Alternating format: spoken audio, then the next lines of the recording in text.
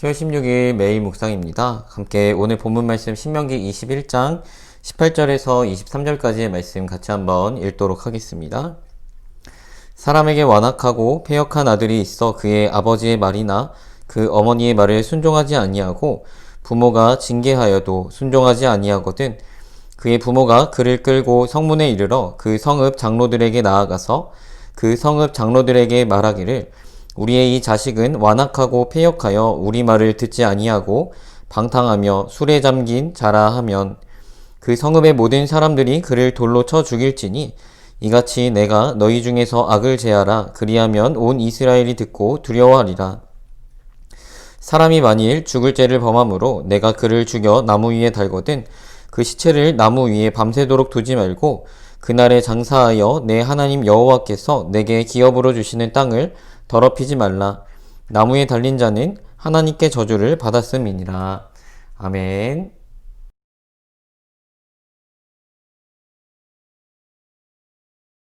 함께 오늘 본문의 말씀으로 내용 관찰과 내용 정리 같이 한번 해보도록 하겠습니다. 먼저 오늘 본문 말씀으로 두 개의 단락으로 한번 나누어 보았는데요. 첫 번째는 18절에서 21절까지의 말씀, 두 번째는 22절에서 23절까지의 말씀으로 내용 단락을 한번 구분해 보았습니다.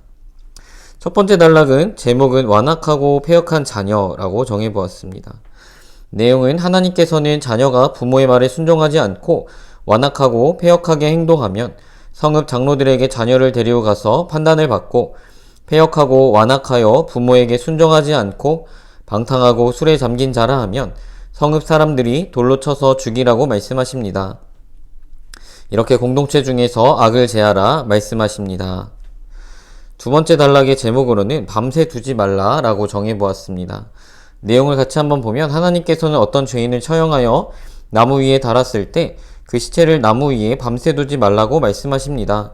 시체를 만지게 되면 부정하게 되는데 이와 같이 시체를 나무 위에 밤새 두는 것은 땅을 부정하게 하는 일이기 때문입니다. 이렇게 내용 관찰한 것들을 토대로 내용 정리를 한번 해보도록 하겠습니다. 함께 내용 정리 부분을 함께 보도록 하겠습니다. 하나님께서는 삶의 지극히 개인적이고 사소한 일이라고 생각되어지는 부분에 이르기까지 모든 부분에 있어서 하나님의 말씀을 순종함이 최고의 우선순위가 되도록 하라 말씀하십니다.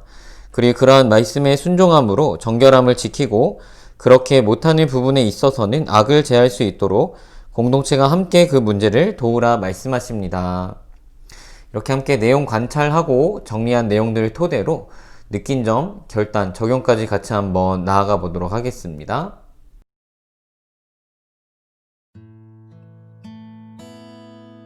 오늘 본문은 먼저 한 가정 내에서 부모에게 거역하는 패역한 자녀와 관련한 하나님의 말씀입니다. 하나님께서는 자녀에게 부모를 공경하라 말씀하셨습니다. 하지만 한 가정에서 자녀가 부모에게 패역하고 완악하게 행하면 어떻게 해야 할까? 하나님께서는 그러한 경우 그의 부모는 자녀를 끌고 성읍의 장로들에게 나아가라 말씀하십니다. 그리고 그 성읍 장로들이 판단하여 이 자녀는 부모에게 완악하게 행하며 패역한 자라 판단하게 되어지면 그 성읍의 모든 사람이 그 자녀를 돌로 쳐 죽이라 말씀하십니다. 그렇게 명령하시며 이스라엘 가운데에서 악을 제하라 말씀하십니다. 오늘 본문 말씀은 여호와 하나님께 대한 순종과 관련된 말씀입니다. 완악하고 패역한 자녀는 하나님의 율법을 범하고 있습니다. 하나님께서는 자녀에게 부모를 공경하라 말씀하셨습니다. 신명기 5장 16절 말씀 같이 한번 읽어보겠습니다.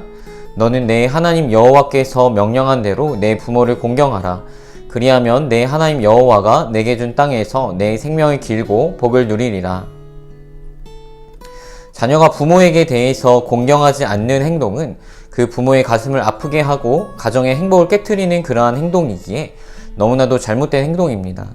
하지만 그것을 넘어서 그 자녀의 행동이 악한 것임으로 판단하게 되어지는 가장 중요한 판단의 기준은 그 행동이 하나님께서 이스라엘 백성들에게 명하신 하나님의 말씀, 그 율법의 말씀을 순종하지 않는 그러한 행동이라고 하는 것입니다.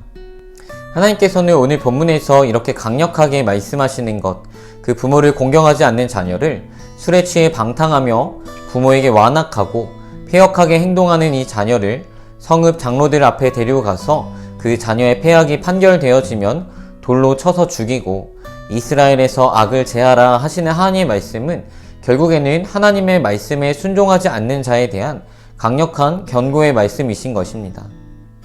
사실 구약 어디에도 이스라엘의 자녀들이 이러한 범죄함으로 인해서 실제적으로 돌로 쳐서 죽임을 당했다라고 하는 내용은 나와 있지는 않습니다. 하지만 하나님께서는 실제 가정생활에서도 하나님의 말씀에 순종함이 가장 중요한 것임을 오늘 본문의 말씀을 통해서 이스라엘 백성들에게 가르치고자 하시는 것입니다.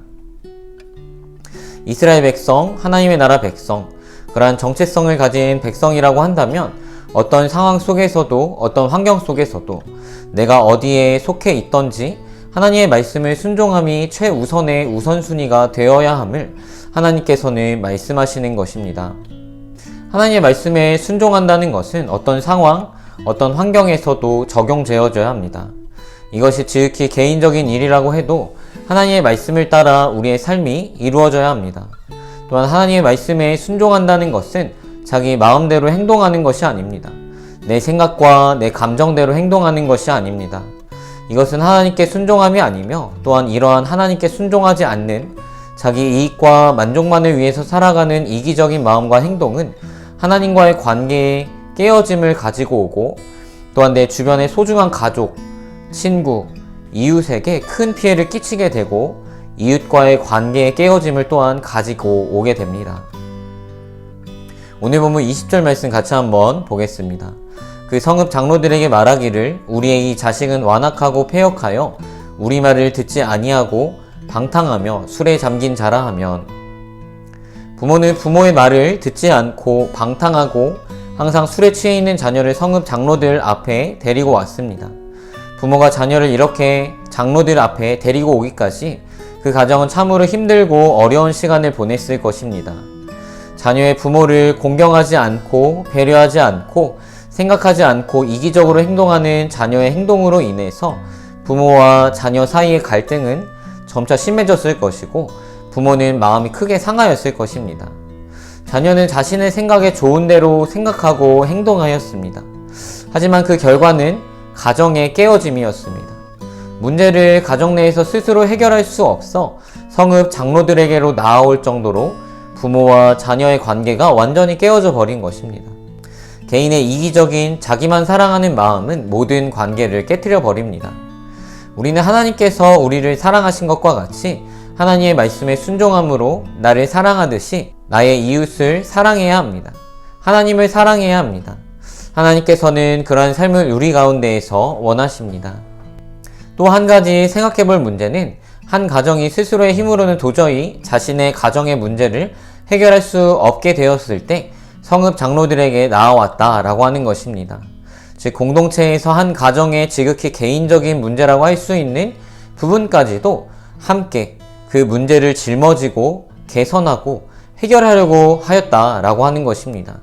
공동체에서 그 가정의 문제를 해결하는데 도움을 주고 후원함으로 가정의 문제를 하나님께서 원하시는 방향으로 바로잡아 가려고 했다는 것입니다. 오늘날은 개인주의적인 성향이 아주 강한 시대입니다. 옆집에 누가 사는지 얼굴은 알아도 말 한마디 안 해본 이웃과 함께 살아갑니다. 서로에게 아는 척을 하는 것이 더 신뢰가 되는 다른 집의 문제에 대해서는 간섭한다는 것은 상상도 할 수 없을 그러한 서로와의 관계가 단절되어 있는 사회입니다. 그러한 개인주의적인 분위기가 교회까지 들어와서는 안 될 것입니다. 하나님께서는 신명기를 통해서 하나님의 나라 이스라엘 공동체가 어떻게 공동체로서 함께 하나님 앞에 나아가야 하는지에 대해서 알려주십니다. 그렇게 하나님께 나아가는 가운데 공동체 내에 어떤 형제와 자매가 어떤 문제가 생겨나게 된다면 공동체는 그 형제와 자매를 어떻게 돌아보아야 하는지에 대해서 하나님께서는 구체적으로 알려주십니다. 하나님께서는 우리가 함께 하나님 앞에 나아오기를 원하십니다. 우리도 오늘 말씀과 같이 모든 순간, 모든 상황, 모든 환경에서 하나님의 말씀에 순종함으로 또한 주님의 몸된 교회 공동체를 더욱 사랑함으로 항상 서로를 위해서 기도하고 돌아봄으로 그리고 공동체 내에서 어떠한 문제가 생겨나게 되었을 때에는 그러한 문제에 무관심한 것이 아니라 함께 하나님 앞에서 하나님의 뜻을 따라 문제를 해결하며 나아가는, 기도하며 나아가는 그런 우리 세강교회 청년부 되기를 주님의 이름으로 축복합니다.